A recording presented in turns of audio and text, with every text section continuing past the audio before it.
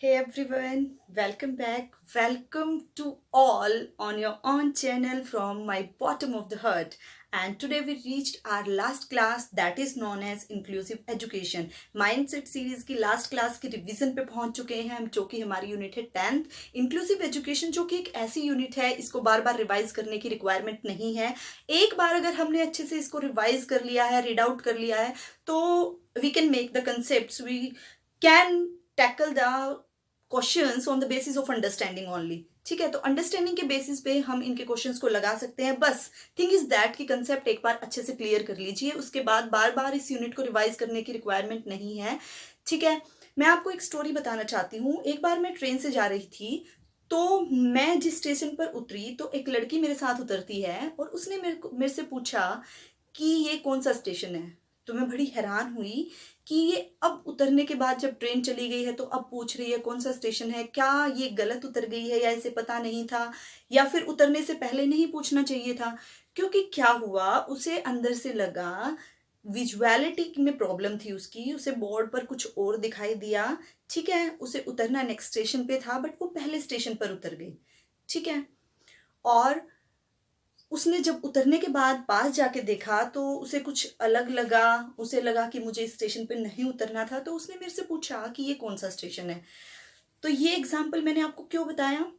क्योंकि मैं आपको बताना चाहती हूँ, हमारी WHO ने भी एक मॉडल फ्रेमवर्क दिया था कि जो हमारे विजुअलिटी है या हियरिंग है, वट एवर कोई भी हमें प्रॉब्लम है तो उससे रिलेटेड हम बोलते हैं ये इम्पेयर्ड है, ये डिसेबल है, ये हैंडीकैप है। तो उसको एक प्रॉपर तरीके से क्लासिफाई करने के लिए उन्होंने भी मॉडल दिया था। तो मैं यहाँ आपको बता रही हूँ, तो उस लड़की को हम क्या बोलेंगे, वो हैंडीकैप की सिचुएशन में आएगी। ठीक है, क्योंकि जब वो बाहर निकली इन्वायरमेंट में, सोसाइटी में, वहां उसने प्रॉब्लम फेस की है। मैंने जानबूझ के आपको ये एग्जांपल बताया है, ध्यान से समझना।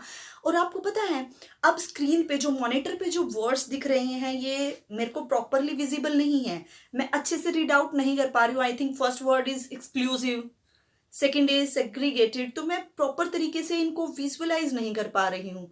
देखिए, मैं देख पा रही हूँ, बस आपको एग्जाम्पल दे रही हूँ। ठीक है, तो अब मैं एबल नहीं हूँ रीड करने के लिए। ठीक है, मैं प्रॉपर तरीके से इनको रीड नहीं कर पा रही हूँ, तो रीडिंग में प्रॉब्लम आ रही है, कम्युनिकेशन में प्रॉब्लम आ रही है। तो जब ये प्रॉब्लम आती है यानी कि मैं एबल नहीं हूँ, तो ये है मेरी डिसेबिलिटी। क्या बता रही है ये? मेरी डिसेबिलिटी। और जो हैंडीकैप है, जो अगर मैं बाहर गई, बसेस के नंबर अच्छे से नहीं देख पा रही हूँ, बसेस को तक रीच नहीं कर पा रही हूँ अच्छे से, या बाहर कोई जाकर ट्रेनिंग नहीं ले पा रही हूँ अपनी विजुअलिटी की वजह से, तो वो हैंडीकैप की सिचुएशन में आता है। जब हम सोसाइटी में इंटरेक्ट करते हुए प्रॉब्लम फेस करते हैं, और मैंने बहुत ही छोटा एग्जाम्पल क्यों लिया है विजुअलिटी से रिलेटेड, क्योंकि देखिए किसी के पैर में प्रॉब्लम है, वो लंगड़ा कर चल रहा है, या किसी का हाथ नहीं है, प्रॉपर वर्क नहीं कर रहा है, तो आप दूर से ही देख के कह देंगे हैंडीकैप है। ठीक है, तो मैंने विजुअलिटी का एग्जाम्पल जानबूझ के लिया है कि हम इसको लोकल और सोसाइटी से मैच करते हुए, ताकि जो अंडरस्टैंडिंग है कंसेप्ट्स की वो अच्छे से बन जाए। दोबारा से ध्यान से सुनिएगा, जब मैं बात करूं कि मैं अब पढ़ नहीं पा रही हूँ, ये पर्टिकुलर जो एक्टिविटी मैं कर रही हूँ, उस एक्टिविटी को करते हुए मैं अपनी एबिलिटी को पूरी तरह से यूज नहीं कर पा रही, या मैं कहूँ कि मैं एबल नहीं हूँ उस एबिलिटी को करने में, दैट पर्टिकुलर टाइम पे, उस पर्टिकुलर एक्टिविटी में। जैसे अब मैं स्क्रीन पर वर्ड्स को नहीं पढ़ पा रही हूँ प्रॉपरली, तो ये क्या है? ये डिसएबिलिटी में आएगा। Is it clear? और जब मैं बाहर जाके, जो मैंने लड़की का एग्जाम्पल दिया कि वो गलत स्टेशन पर उतर गई, वो केस क्या है? वो हैंडीकैप। ठीक है, और ये इसका रीजन क्या है? इम्पेयरमेंट, यानी कि विजुअल इम्पेयरमेंट है। अगर बॉडी में कोई भी, ठीक है, बॉडी ऑर्गन से रिलेटेड कोई प्रॉब्लम है, बायोलॉजिकल प्रॉब्लम है, that is known as impairment. वो हमारी किस में आती है? इम्पेयरमेंट में, यानी कि मुझे आंखों से अच्छे से दिखाई नहीं देता। ठीक है, मेरी आईज में प्रॉब्लम है, तो वो क्या है? मेरी इम्पेयरमेंट है। उस इम्पेयरमेंट की वजह से पर्टिकुलर एक्टिविटी को मैं अच्छे से नहीं कर पाती हूँ, that is my disability. Disability, ability किसी काम को करने की योग्यता, और जब ना कर पाए तो डिस, यानी कि उस पर्टिकुलर एक्टिविटी को करते हुए मैं प्रॉब्लम फेस कर रही हूँ, पेंटिंग करते हुए, एग्जाम लिखते हुए, रीड करते हुए। Is it clear? और उसके बाद जब मैं सोसाइटी में जाती हूँ, ठीक है, और अपनी इम्पेयरमेंट की वजह से, ठीक है, अपनी डिसेबिलिटी की वजह से, दोनों को मिलाकर ही मैं सोसाइटी में प्रॉब्लम जब फेस करती हूँ, वहां पर उस एनवायरनमेंट में उस कंडीशन को हैंडीकैप बोला जाता है। तो ध्यान रखना, हैंडीकैप, डिसेबिलिटी और इम्पेयरमेंट में डिफरेंस होता है। जो हमारा इम्पेयरमेंट है that is based on our organ problem, organic problem से रिलेटेड है। डिसेबिलिटी क्या है, इंडिविजुअलिटी पे डिफरेंस पे डिपेंड करता है कि इंडिविजुअलिटी क्या है, इंडिविजुअल जो है वो एक्टिविटी को किस तरह से कर रहा है, किस तरह से डिसेबल है उस एक्टिविटी को करने में, ठीक है। और जो हमारा हैंडीकैप आता है वो हमारा आता है सोशल एनवायरनमेंट से, हमारे एक्सटर्नल एनवायरनमेंट से रिलेटेड है वो, ठीक है। तो इन्हीं कुछ एग्जाम्पल्स के साथ आप सामने स्क्रीन पर देख रहे हो। और कितना अच्छा, हमारा सबसे पहले हमारे जो थॉमस जी थे उन्होंने डेफ कुछ बच्चों को पढ़ाया, उनके लिए स्कूल ओपन किया, तो कितनी अच्छी बात थी। तो इसी तरह से कुछ हिस्टोरिकल वे में हम अपनी इंक्लूसिव एजुकेशन की रिवीजन को भी कंटिन्यू करते हैं और आज की क्लास को कंप्लीट करने की कोशिश करते हैं अच्छे से, ठीक है। तो let's start our today's revision. 1817 में, जैसा कि मैंने अभी आपको बताया, 1817 में फर्स्ट स्कूल खोला गया था। कुछ डेफ बच्चों को पढ़ाया था थॉमस ने, जो कि बहुत ही अच्छा काम किया उन्होंने, ठीक है। अब हम क्या देखेंगे, ये कंसेप्ट बहुत ही कंफ्यूजन क्रिएट कर देता है। एक्सक्लूजन क्या है, सेग्रीगेटेड क्या है, इंटीग्रेटेड क्या है, इंक्लूजन क्या है। तो आप बस ये डायग्राम सामने रखिएगा और आपको सब कुछ क्लियर हो जाएगा। ऑरेंज कलर जो है वो डिनोट कर रहा है, बस ये ध्यान रखना, डिसेबल पर्सनस को, जो भी डिसेबिलिटी वाले पर्सन हैं उनको शो कर रहा है हमारा ऑरेंज कलर। तो ध्यान रखना, जब हम एक्सक्लूजन की बात करते हैं तो जो आप लोगों ने ये वर्ड भी सुना होगा, मार्जिनलाइजेशन, कि मार्जिन एक एज पे, ठीक है, एक लिमिट जो होती है, एक एज, जैसे कि ये इसकी एज है, ठीक है, तो वहाँ से उसको क्या कर दिया जाता है, बाहर कर दिया जाता है। यानी कि एक तरह से सोसाइटी के बेसिस पर जब क्या किया जाता है, डिस्क्रिमिनेशन किया जाता है ऐसे लोगों के साथ, ठीक है, तो क्या होता है, एक्सक्लूजन होता है, यानी कि एक्सक्लूड कर दिया, बाहर निकाल दिया, ठीक है, एक्सक्लूड कर दिया नॉर्मली। सेग्रीगेशन इससे बेटर है, एक्सक्लूजन के बाद हमारे सामने आया सेग्रीगेशन। सेग्रीगेटेड एजुकेशन में क्या होता है कि एक स्पेशल स्कूल, स्पेशल एजुकेशन दी जाती है, नॉर्मल बच्चों को अलग से और स्पेशल बच्चों को अलग से दी जाती है। फिर इसके बाद नया हमारे सामने कंसेप्ट आया इंटीग्रेटेड एजुकेशन, जिसे मेन स्ट्रीमिंग भी कहा जाता है। यानी कि यहाँ पर एजुकेशन तो एक स्कूल में दी जाती है, बट कुछ स्पेशल जो है इंस्ट्रक्शंस के साथ अलग तरीके से दी जाती है, इनमें इंक्लूड नहीं किया जाता है उन बच्चों को बिल्कुल, ठीक है। उसके बाद इस हमारा आया फुल इंक्लूजन।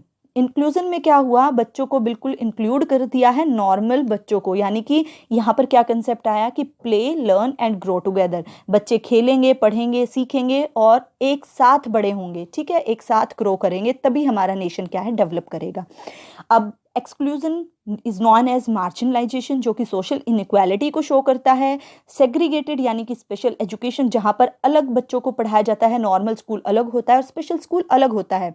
उसके बाद इंटीग्रेटेड यानी कि मेन स्ट्रीमिंग, बच्चों को पढ़ाया तो एक ही स्कूल में जाता है बट अलग तरीके से पढ़ाया जाता है, उनके टीचर्स अलग होते हैं, इंस्ट्रक्शंस अलग होते हैं, कुछ स्पेशल इंस्ट्रक्शन के साथ उन्हें स्पेशली पढ़ाया जाता है, अलग से उनको नॉर्मल बच्चों के साथ बिल्कुल इंक्लूड नहीं किया जाता है। इंक्लूजन में क्या आता है कि बच्चों को मिक्स कर दिया जाता है और सबको बिल्कुल एक साथ पढ़ाया जाता है, इक्विटी के साथ पढ़ाया जाता है, ठीक है। उसके बाद अगर हम बात करें इंक्लूजन की, तो इसमें या तो प्रिंसिपल की बात हो, या इसकी मीनिंग की बात हो, या इसके नेचर की बात हो, या इनके कैरेक्टरिस्टिक्स की बात हो, ठीक है। तो इसके फुल फॉर्म से उसको याद रखना, inclusion, I means include all, यानी कि सभी बच्चों को इंक्लूड करना, या वो एबल है या वो डिसेबल है,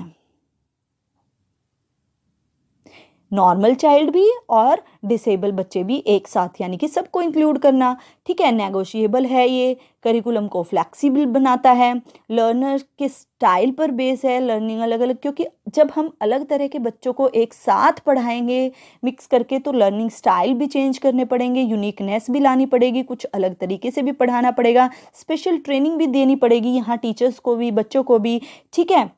और इंटीग्रेशन भी करना होगा एक साथ उनका, और ऑप्टिमम यूटिलाइजेशन होगा रिसोर्सेज का, डिस्क्रिमिनेशन नहीं होगा। तो ये इंक्लूजन के फुल फॉर्म से आप इसकी प्रिंसिपल्स को, इनके जो हमारा करेक्टरिस्टिक्स हैं उनको याद रख सकते हैं, ठीक है।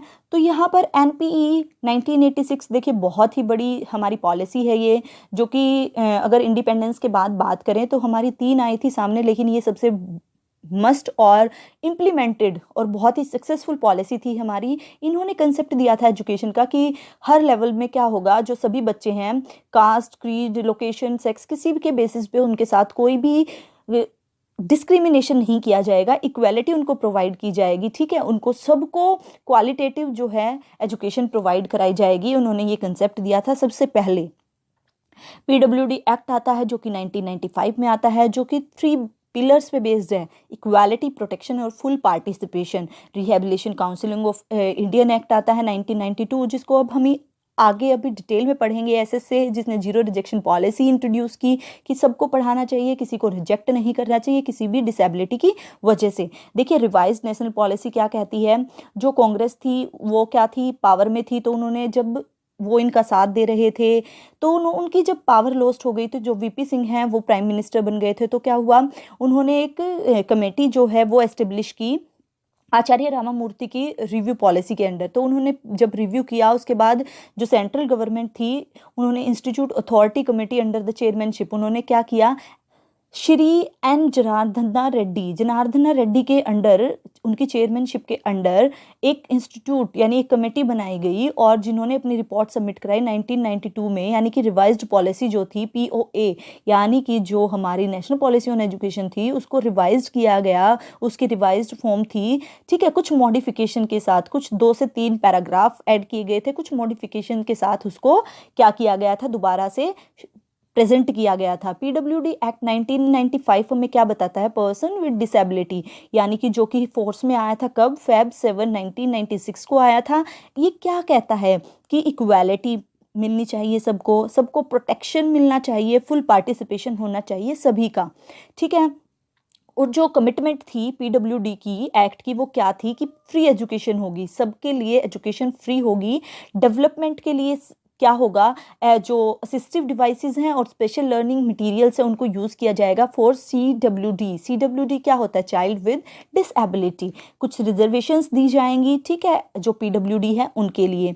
उसके बाद गवर्नमेंट ने प्रिपेयर भी किया कॉम्प्रिहेंसिव एजुकेशन स्कीम। अब पूछा जाए कॉम्प्रिहेंसिव एजुकेशन स्कीम गवर्नमेंट ने किसके अंडर जो है वो की थी, प्रिपेयर की थी, तो आपको ध्यान रखना है PWD एक्ट 1995 के अंडर की थी, ठीक है। एम्प्लॉयमेंट के लिए इन्होंने रिजर्वेशन दी थी, कुछ रिलैक्सेशन दिए थे और कुछ इंसेंटिव्स दिए थे CWD को, ठीक है, यानी कि जो चाइल्ड विद डिसेबिलिटी है उनको। National policy on off disability 2006 में क्या हुआ था, कुछ प्रिंसिपल्स थे, ठीक है, नेशनल पॉलिसी ने जो बनाए थे पर्सन विद डिसेबिलिटी के लिए, और ये एक्ट बना 2006 में, यानी कि वुमेन विद डिसेबिलिटी उनको बैरियर फ्री एनवायरनमेंट दिया जाएगा, डिसेबिलिटी सर्टिफिकेट प्रोवाइड किए जाएंगे जिससे कि उनको जो गवर्नमेंट के बेनिफिट्स हैं वो अच्छे से मिल सकें, सोशल सिक्योरिटी प्रोवाइड की जाएगी, ठीक है, करंट सिचुएशन को एनालाइज करते हुए सब उनको प्रोवाइड कराया जाएगा, अमेंडमेंट की जाएगी एग्जिस्टिंग एक्ट में कि जो चिल्ड्रन विद डिसेबिलिटी हैं उनको अच्छे से डील कर पाएँ, ठीक है। कुछ नॉन गवर्नमेंट ऑर्गेनाइजेशंस बनाई जाएंगी, प्रमोट किया गया उनको, NGOs को। तो यहाँ से भी क्वेश्चन आ सकता है कि कौन से एक्ट के अंडर, कौन से डिसेबिलिटी एक्ट के अंडर जो है NGOs को प्रमोट किया गया था, ठीक है। Collection of regular information collect की जाएगी PWDs की, ठीक है, उन पर रिसर्च किए जाएंगे और स्पोर्ट्स रिक्रिएशन एक्टिविटीज़ कराई जाएंगी, उनकी लाइफ से रिलेटेड रिहेबिलिटेशन प्रोग्राम्स लगाए जाएंगे। NCF का आप सब अच्छे से जानते हैं। NCF में एक्चुअल में होता क्या है, ये एक करिकुलम होता है जो फ्रेमवर्क प्रोवाइड करता है और एक सिलेबस, टेक्स्ट बुक और टीचिंग प्रैक्टिसेस से रिलेटेड होता है, जो कि डिसेबल और एबल बच्चों को देखते हुए, अगर बात की जाए हमारी इंक्लूसिव एजुकेशन में, तो उन दोनों को देखते हुए किया गया था ये, और इसमें बहुत सारे अच्छे अच्छे चेंजेस आए थे। और NCF 2005 ट्रांसलेटेड किया गया था 22 लैंग्वेजेस में, ठीक है। और इसका इन्फ्लुएंस क्या था कि जो सिलेबस था वो 17 स्टेट्स में जो है लागू किया गया था।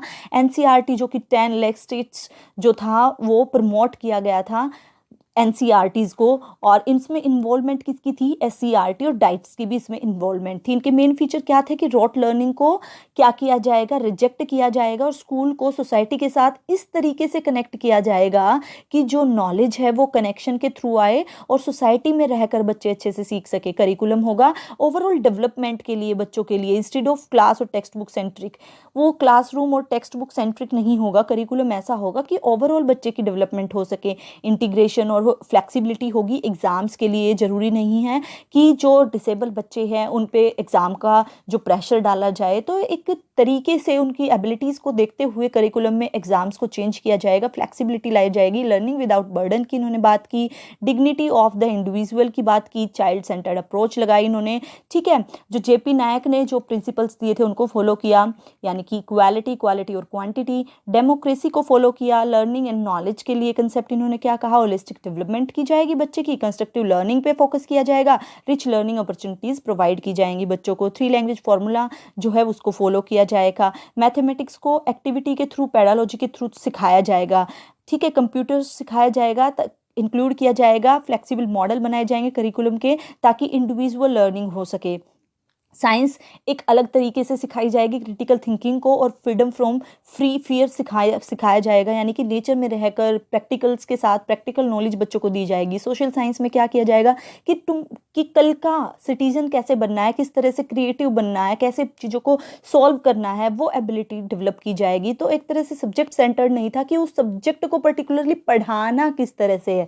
तभी कहा जाता है आज के टाइम में पैडालॉजी कितनी इंपॉर्टेंट है। आप कोई भी टैट उठा के देख लो, कहीं भी देख लो, पैडालॉजी का जो सेक्शन है वो अपने आप में बहुत ही इंपॉर्टेंट है। इसीलिए जो बीएड होती है यहाँ पर जो टीचिंग सब्जेक्ट्स होते हैं उनमें टीचिंग सब्जेक्ट में सब्जेक्ट सेंट्रिक होने की बजाय हमें क्या सिखाया जाता है, पर्टिकुलर उस सब्जेक्ट को पढ़ाया कैसे जाएगा, इसीलिए उसमें हम पैडालॉजी ज़्यादा पढ़ते हैं। टीचिंग ऑफ, जैसे अगर आपका सब्जेक्ट इंग्लिश है तो टीचिंग ऑफ इंग्लिश, कि इंग्लिश को किस तरह से पढ़ाया जाएगा उसको इंक्लूड किया जाता है। आर्ट एजुकेशन को कनेक्टिविटी के लिए, कि एक सोसाइटी के साथ कनेक्ट हो सके, इसलिए इंक्लूड किया गया।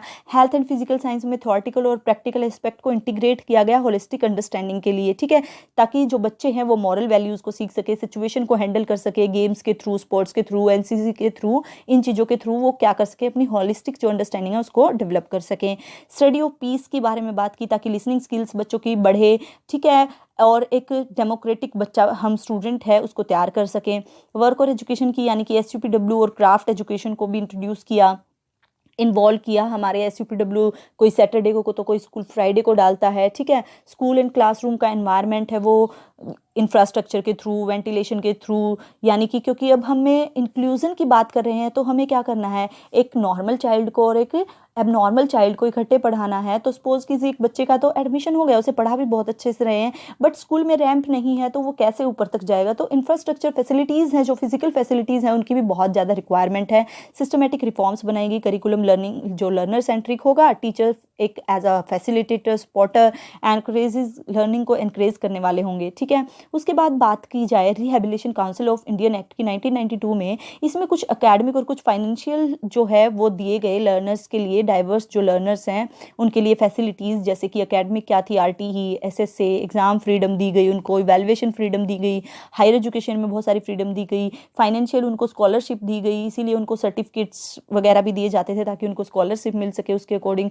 आरसीई क्या है, गवर्नमेंट बॉडी जो कि काम करती है डिसएडवांटेज, डिसेबल, जो डिफरेंटली एबल हैं, स्पेशल एजुकेशन के रिक्वायरमेंट वाली जो कम्युनिटीज़ हैं उनकी हेल्प करती है। आरसीआई को डेवलप कब किया गया था, रजिस्टर किया गया एज अ सोसाइटी इन 1986 में, ठीक है। फिर उसके बाद सितंबर 1992 में बिल पास हुआ आरसीआई का, जो कि पार्लियामेंट ने क्या कर दिया, पास किया और एक स्टेशनरी बॉडी बना दिया गया, यानी कि एपेक्स बॉडी बन गई थी 22 जुलाई 1993 को। फिर 2000 में ये एक्ट बना जो कि काम कर रहा था बहुत बड़े तरीके से, ठीक है। इसके कुछ राइट्स थे, यानी कि ये चीज़ों को रेगुलेट और मॉनिटर करेगा, जो फैसिलिटीज़ दी जाएंगी पीडब्ल्यूडीज़ को और स्टैंडर्डाइज जो सिलेबस होगा उसको।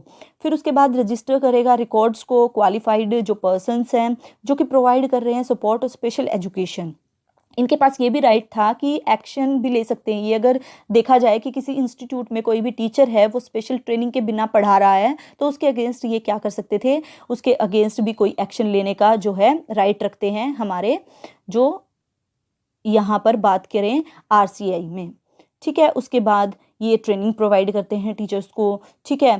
तो जो यूनिवर्सिटीज़ हैं, इंस्टीट्यूशंस हैं, वो कभी भी स्टार्ट नहीं कर सकते किसी भी तरह की ट्रेनिंग इनकी किसी स्पेशल फील्ड में रिहेबिलिटेशन के बिना, जो रिहेबिलिटेशन की जो आरसीआई के अप्रूवल के बिना, ठीक है। तो जब डिसेबिलिटीज़ की बात होती है या स्पेशल एजुकेशन की बात होती है तो उन्हें इनकी रिक्वायरमेंट होती है, इनके अप्रूवल की ज़रूरत होती है। तो कुछ कैटेगरीज़ हैं और इसके लिए 16 कैटेगरी भी बनाई गई हैं। जो प्रोफेशनल कैटेगरीज़ हैं वो 16 कैटेगरी बनाई गई हैं। इन कैटेगरीज़ को मैंने डिस्कस किया है डिटेल में डिफरेंट वीडियोज़ में, वो डिस्क्रिप्शन में मैं हर एक टॉपिक का लिंक दे दूँगी, तो वहाँ से अगर आप पर्टिकुलर किसी टॉपिक को डिटेल में पढ़ना चाहते हैं देन यू कैन गो।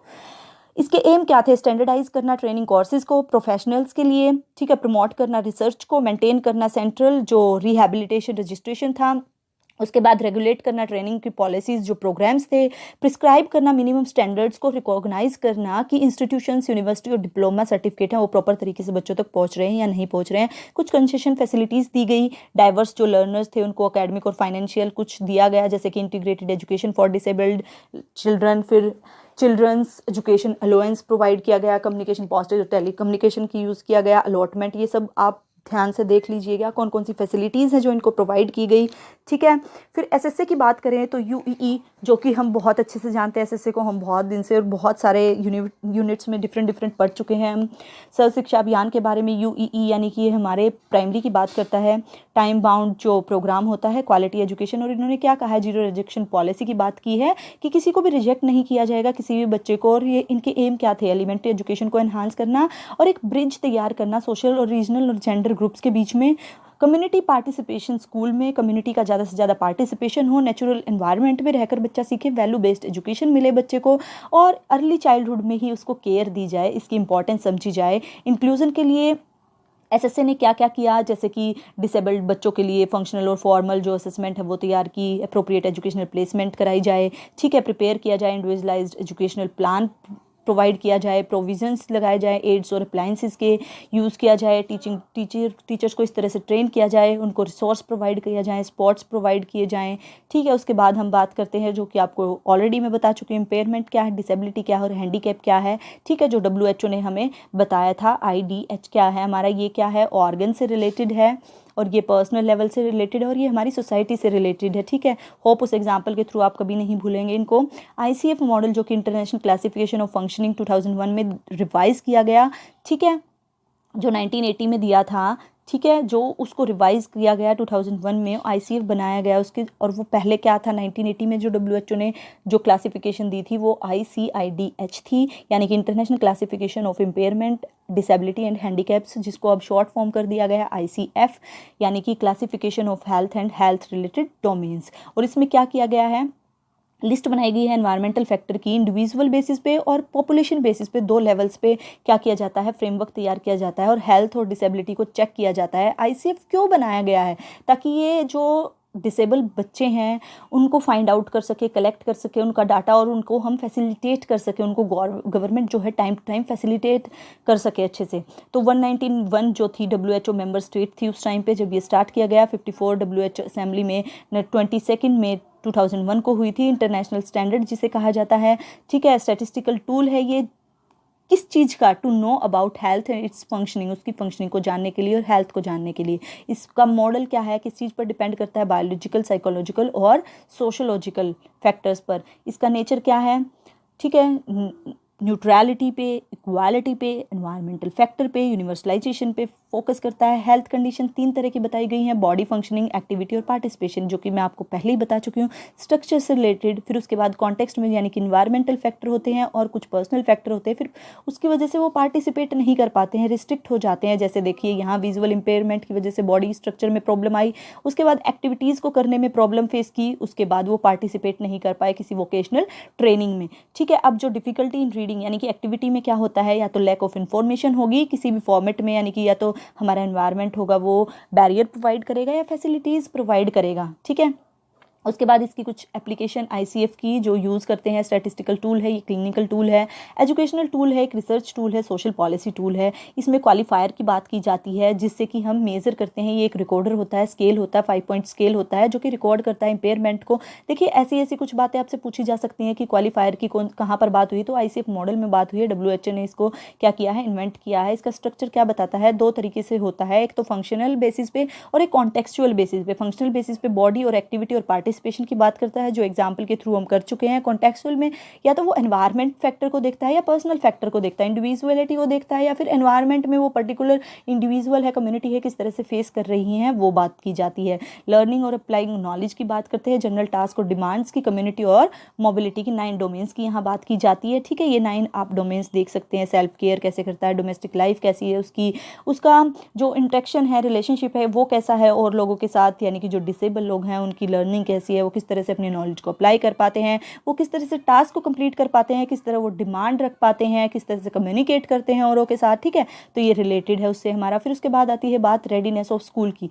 अब जहाँ बात आए रेडीनेस ऑफ स्कूल की, देखिए हम भी अपने सिर्फ एक सिंगल बच्चे को रेडी करके स्कूल भेजने में कितना हमें सुबह से मैनेजमेंट की ज़रूरत होती है, कितनी सारी मैनेज करनी पड़ती हैं चीज़ों को। अब उसका लंच बॉक्स भी तैयार करके देना है, अब उसके कपड़े भी आयरन करके रखने हैं, ठीक है, उसको नहलाना भी है, उसके कॉम भी करना है, ऑयल भी लगाना है, उसको आई कार्ड भी देना है, उसका बैग भी मैनेज करना है। तो कितनी सारी चीज़ें होती है सिर्फ एक बच्चे के लिए, तो घर में तो बहुत सारा काम होता है। तो आप ये देखिए, जब हम एक डिसेबल और एक नॉर्मल बच्चे को एक साथ पढ़ा रहे हैं, इंक्लूजन में लेकर आ रहे हैं, तो सोचिए कितनी मैनेजमेंट की ज़रूरत होगी।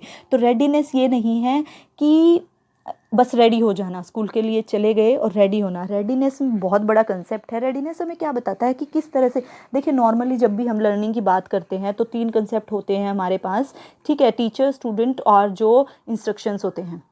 बट यहाँ पर ऐसा नहीं है। यहाँ पर किन 3 चीज़ों की बात की जाती है, यहाँ पर स्टूडेंट्स की रेडीनेस की, उसके बाद स्कूल की रेडीनेस की, उसके बाद पेरेंट्स की। यहाँ पर ये 3 पिलर लिए जाते हैं। क्यों? क्योंकि यहाँ पर हम बात कर रहे हैं इम्पेयर्ड स्टूडेंट्स की, यहाँ पर बात कर रहे हैं डिसेबल स्टूडेंट्स की, ठीक है, जो इफेक्ट करते हैं इंक्लूजन को, यानी कि इंफ्रास्ट्रक्चर क्या है, जो एडमिनिस्ट्रेशन है वो कैसा है, रेगुलर टीचर्स हैं, स्पेशल टीचर्स हैं या नहीं हैं, फ्लेक्सिबल करिकुलम है या नहीं है, कोलैबोरेशन किस तरह का है। TPS में देखिए, ये आप डायग्राम यहाँ देख सकते हैं, छोटा है बट सेम है, TPS, ठीक है, टीचर, पेरेंट्स और जो स्कूल है उनका रिलेशन कैसा है, कोलैबोरेशन कैसा है एक दूसरे के साथ। ठीक है, स्कूल रेडीनेस क्या होता है, ये डिफाइन करता है कि किस तरह से इनकॉर्पोरेट किया जाए सभी एस्पेक्ट्स को एक बच्चे की लाइफ की, ठीक है, और किस तरह से कंट्रीब्यूट किया जाए डायरेक्टली उस बच्चे की एबिलिटीज़ को एनहांस करने के लिए। तो 3 तरह की रेडीनेस की हम बात करते हैं कि एक बच्चा खुद रेडी होना चाहिए पहले सीखने के लिए, फिर स्कूल उसे सिखाने के लिए रेडी होना चाहिए, फिर उसके बाद एबिलिटी आती है हमारी फैमिली और कम्युनिटी की, यानी कि जो सपोर्ट है बच्चे को वो कितना मिलना चाहिए। ठीक है, तो एक बच्चा रेडीनेस की बात करें तो रेडी टू लर्न, जब बच्चा खुद रेडी है तो उसमें खुद में मोटिवेशन होना चाहिए। इसके में 5 एलिमेंट्स की हम बात करते हैं स्कूल रेडीनेस में, कि अर्ली केयर कैसी हुई है, ठीक है, एजुकेशन कैसी है उसकी, उसके पेरेंट्स कैसे हैं, उसकी फैमिली सपोर्टिव है या नहीं है, हेल्थ और सोशल सर्विस कैसी हैं, स्कूल में कैपेसिटी है या नहीं है उसको पढ़ाने की, उसको एनहांस करने की, एडमिनिस्ट्रेशन कैसा है, वैल्यूएशन किस तरह से कर रहे हैं। ठीक है, रेडीनेस एक टर्म है जो कि यूज़ की जाती है, डिस्क्राइब करती है हमें preparation for what comes next, कि नेक्स्ट क्या करना है उस बच्चे के लिए। ठीक है, 1990s में अमेरिका में स्कूल खोला गया रेडी टू लर्न। ठीक है, इंफ्रास्ट्रक्चर फैसिलिटीज़ देखी जाती हैं यहाँ इंक्लूजन के लिए, यानी कि अवेलेबिलिटी क्या है, यानी कि फिजिकल फैसिलिटीज़ कैसे हैं, जैसे गर्ल टॉयलेट है, बॉयज़ टॉयलेट है, कंडीशन कैसी है, क्लासरूम की बाउंड्री वॉल कैसी हैं, रैम्प फैसिलिटी कैसी है, लाइब्रेरी में फैसिलिटी कैसी है, कुछ डिसेबिलिटीज़ होती हैं जो विजुअलिटी से रिलेटेड होती हैं तो उनको कैसे टैकल करें, यानी कि म्यूजिकल रूम है स्कूल में या नहीं है, कंप्यूटर रूम है या नहीं है, विजुअल इम्पेयर स्टूडेंट्स के लिए ब्रेल लाइब्रेरी है या नहीं है, एक्टिविटी रूम है उनके लिए या नहीं, हियरिंग डिवाइस स्कूल में असिस्टिव डिवाइसेस हैं या नहीं है, काउंसलिंग का कोई प्रोसेस है या नहीं है। तो ये क्या आती हैं, ये सारी फैसिलिटीज़ होती हैं जो रेडीनेस में आती हैं हमारी। ठीक है, उसके बाद अगर हम बात करें नेक्स्ट, तो यहाँ पर अगर हम अब बात करें मॉडल्स की, कुछ मॉडल्स दिए गए हैं, देखिए बहुत ध्यान से मेरी बात सुनिएगा। पहली बात, मॉडल होता क्या है।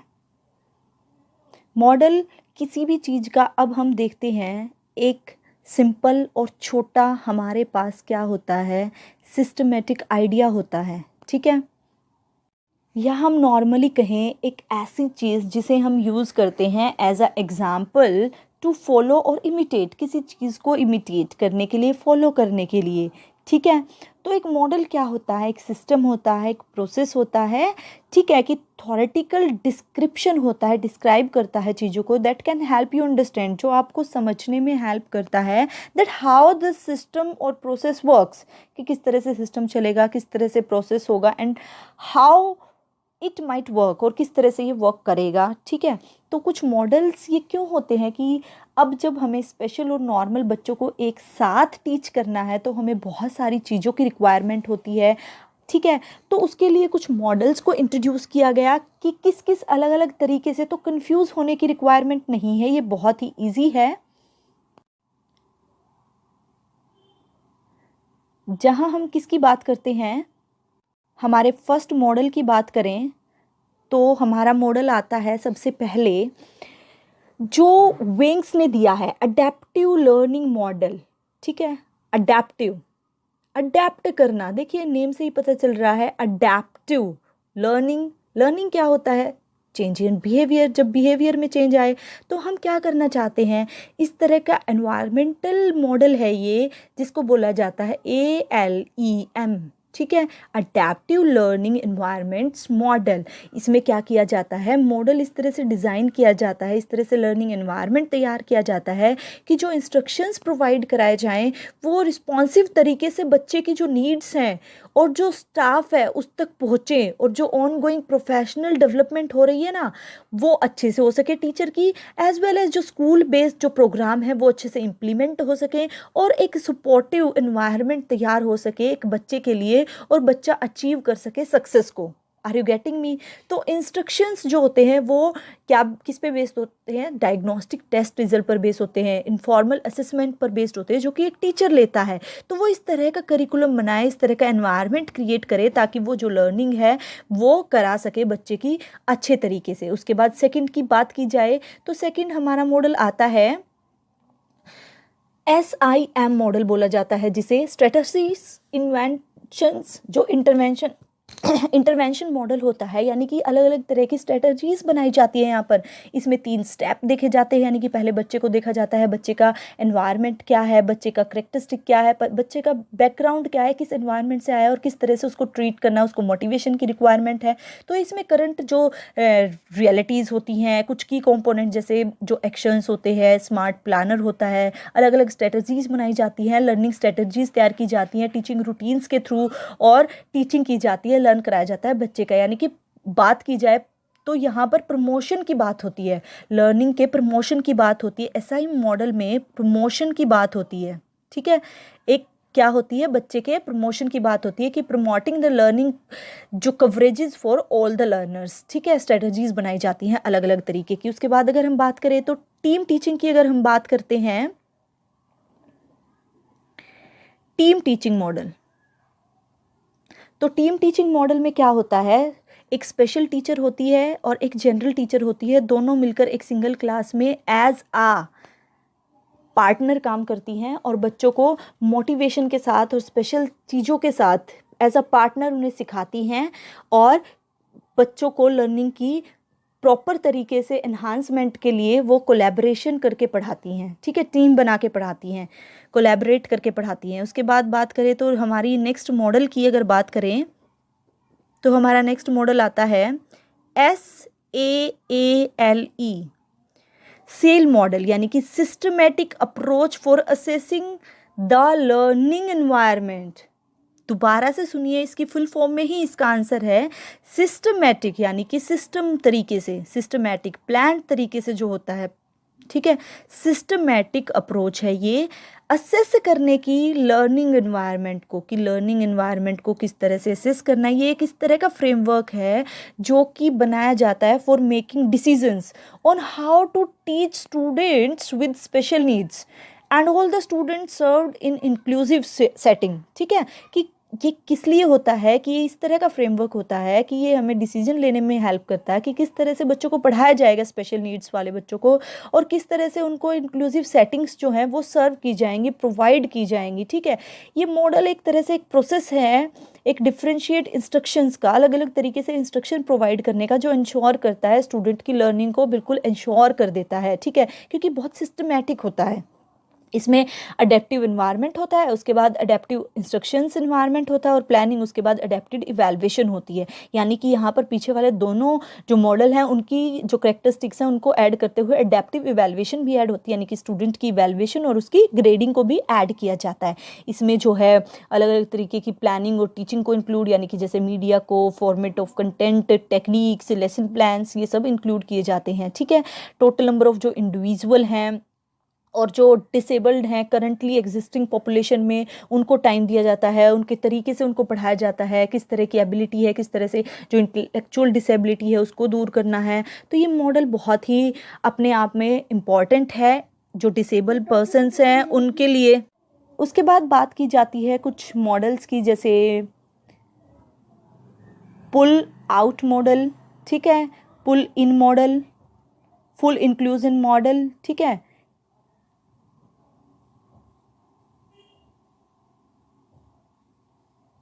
पुल इन मॉडल, ठीक, जिसको बोला जाता है फुल इंक्लूजन। फुल इंक्लूजन तो आप समझ गए होंगे, कंप्लीटली इन्वॉल्व करना, बच्चों को इन्वॉल्वमेंट के साथ पढ़ाना। ठीक है, तो ये एक बहुत सारे अलग अलग डिफरेंट मॉडल्स हैं हमारे, जो कि सिर्फ क्या बताते हैं कि किस तरीके से बच्चों को हैंडल करना है, किस तरीके से बच्चों को पढ़ाना है, किस तरीके से उनकी जो टेक्निक्स हैं, विजुअल प्रॉब्लम है या हियरिंग प्रॉब्लम है, बहुत सारी मल्टीपल डिसेबिलिटीज़ होती हैं, जैसे कि सेरेब्रल पैल्सी है, ऑटिज्म है, ब्लाइंडनेस है, लो विजन है, डेफनेस है, हियरिंग लॉस है, न्यूरोलॉजिकल इम्पेयरमेंट है, कुछ कम्युनिकेशन डिसऑर्डर्स होते हैं। तो डिफरेंट टाइप की प्रॉब्लम्स होती है, इनको किस तरह से टैकल करना है, इनका क्या रीज़न होता है, तो इनके बारे में बहुत अच्छे से टीचर्स को बताना, और स्पेशल एजुकेशन के बिना टीचर्स को प्रमोट ना करना। और कुछ हमारी स्पेशल एजुकेशन सर्विसेज होती हैं, जैसे कि डीडी डेवलपमेंटल डिलेड होते हैं, एएसडी यानी कि ऑटिज्म स्पेक्ट्रम डिसऑर्डर, डीबी यानी कि डेफ और ब्लाइंड के लिए यूज़ किया जाता है। तो ये कुछ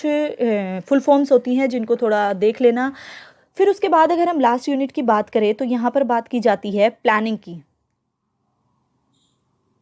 देखिए, इतना कुछ करना है तो प्लान तो करना होगा, मैनेजमेंट भी देखनी होगी, इंक्लूसिव एजुकेशन की। इंक्लूसिव की बात करें तो नॉर्मल चाइल्ड और जनरल चाइल्ड, जो नॉर्मल चाइल्ड है और एबनॉर्मल चाइल्ड है, उनको एक साथ इंक्लूजन के साथ पढ़ाना इंस्टेड ऑफ सेग्रीगेशन। ठीक है, यहाँ पर इंटीग्रेशन है, ये हमारा इंटीग्रेशन का पार्ट है और ये हमारा इंक्लूजन है।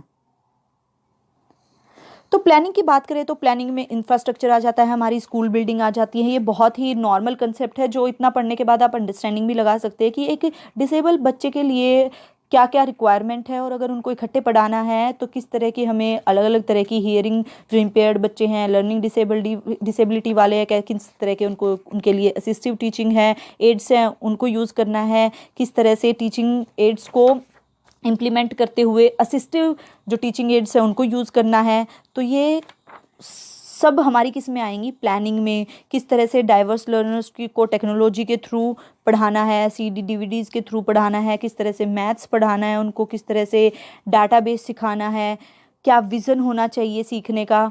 तो ये अलग अलग तरीके के, सपोज करो मैं आपको बताती हूँ, अगर हियरिंग की बात की जाए तो उसके लिए असिस्टिव क्या होगी technology, like hearing aid, pen, paper, signalling devices, closed captioning, ये यूज़ किया जाएगा। ठीक है, और क्लासरूम में क्या किया जाएगा, for students who have difficulty in hearing और आर एब्सोल्यूट हियरिंग इम्पेयर्ड, उनके लिए ज़रूरत है इन सब की। राइटिंग में किसी को प्रॉब्लम है तो word processor, word card, book wall, इस तरह की चीज़ों को यूज़ किया जाएगा। रीडिंग में प्रॉब्लम है तो बुकलेट, इलेक्ट्रिक बुक यूज़ की जाएगी, सिंगल वर्ड स्कैनर यूज़ किया जाएगा। तो इस तरह से अलग अलग तरह की जो डिसेबिलिटीज़ हैं उनको टैकल करने के लिए अलग अलग तरीके की प्लानिंग की जाती है। ये हमारी प्लानिंग में आ जाती है। तो रेमेडियल टीचिंग भी आती है इसमें, हर तरह से हम किस तरह से टैकल कर सकते हैं। लाइक रेमेडियल टीचिंग के कुछ प्रिंसिपल्स हैं कि पहले टीचिंग प्रिपेयर करेंगे बच्चों की नीड के अकॉर्डिंग, फिर टीचिंग जो अप्रोचेज़ हैं उनको लगाएंगे सिचुएशन के अकॉर्डिंग, फिर क्लियर इंस्ट्रक्शन प्रोवाइड करेंगे, फिर समरी प्रोवाइड करेंगे। एनहांस करने के लिए लर्निंग को इंटरेस्टिंग बनाएंगे, बच्चों को मोटिवेट किया जाएगा, ठीक है, फोकस किया जाएगा लर्निंग प्रोसेस पे। तो ये बहुत सारी चीज़ें होती हैं ये जो कि नॉर्मली भी अगर आप सोचेंगे तो ये प्लानिंग में यूज़ की जाती है। तो पेरेंट्स का रोल क्या होता है आप सबको पता है कि पेरेंट्स का बहुत बड़ा रोल होता है इंक्लूसिव एजुकेशन में। करिकुलम मॉडिफिकेशन, एनवायरनमेंट क्या होता है, मैनेजमेंट बिहेवियर क्या होता है, जो कि ऑलरेडी हम बहुत अच्छे से पढ़ चुके हैं, ठीक है। एक टीचर है, एक फैसिलिटेटर का काम करता है। तो ये सब हमारा क्या आ जाएगा, लास्ट पार्ट में आ जाएगा, ठीक है, इंक्लूसिव एजुकेशन के पार्ट में। और कुछ एथिकल इश्यूज होते हैं इंक्लूसिव एजुकेशन में, यानी कि किस तरह से डायग्नोज करना है बच्चों की नीड को, किस तरह से इंक्लूजन जो है उसको फॉलो करना है प्रॉपर तरीके से, फेयरनेस किस तरह से लेकर आनी है। तो ये 3 से 4 हमारे क्या होते हैं, कुछ हमारे चैलेंजेस होते हैं जो इंक्लूसिव एजुकेशन के टाइम आते हैं हमारे सामने, एक टीचर के सामने। तो उनको टैकल करना बहुत ज़रूरी है, जिसके लिए कि क्या कुछ स्टेप्स उठाने चाहिए इंक्लूजन के लिए, जो कि उठाए भी गए हैं। गवर्नमेंट ने रिहेबिलिटेशन काउंसलिंग भी बनाई है इंडिया में। तो प्री सर्विस जो ट्रेनिंग प्रोवाइड की जाए, स्पेशल जो टीचर हैं उनको तैयार किया जाए, जो इन सर्विस ट्रेनिंग है वो कंटिन्यू दी जानी चाहिए टाइम टू टाइम, ठीक है। तो ये हमारी सब मैनेजमेंट में प्लानिंग में आएगी लास्ट यूनिट में। होप आप सबको लर्निंग में मजा आया क्विक रिवीजन में। और आई थिंक 2x की स्पीड आज कुछ ज़्यादा ही हो गई थी, क्योंकि हम ये सब बहुत डिटेल में कर चुके हैं। और इसमें कुछ भी कंसेप्चुअल ऐसा नहीं है जिसको हमें, जैसे कोई ईयर्स हो या पर्टिकुलर ऐसा टॉपिक हो जिसको हम बार बार पढ़ें। तो इसमें बहुत ही बेसिक सी चीज़ें हैं जिनको इसीलिए मैंने बहुत स्पीड से रिवाइज कराया है। ज़्यादा टेंशन लेने की रिक्वायरमेंट नहीं है। कोई भी माइंड में ये ना सोचे कि क्या बस इतना ही करने से ये यूनिट कंप्लीट हो गई है। इसको 2-3 बार रिवाइज कीजिए एंड बिलीव मी, आपकी इंक्लूसिव एजुकेशन में आप अच्छे से कंसेप्चुअल क्वेश्चंस को लगा सकते हैं अंडरस्टैंडिंग बेस्ड पे, क्योंकि बहुत कम जो होते हैं वो डायरेक्ट क्वेश्चन होते हैं। यहाँ से अंडरस्टैंडिंग बेस्ड क्वेश्चन ही आते हैं। नॉर्मली आपने PYQs भी किए होंगे, उसके थ्रू भी आपको पता होगा। तो होप हमारी जो 10 डेज की सीरीज है वो माइंडसेट सीरीज अच्छी रही है, और आज की हमारी लास्ट क्लास है।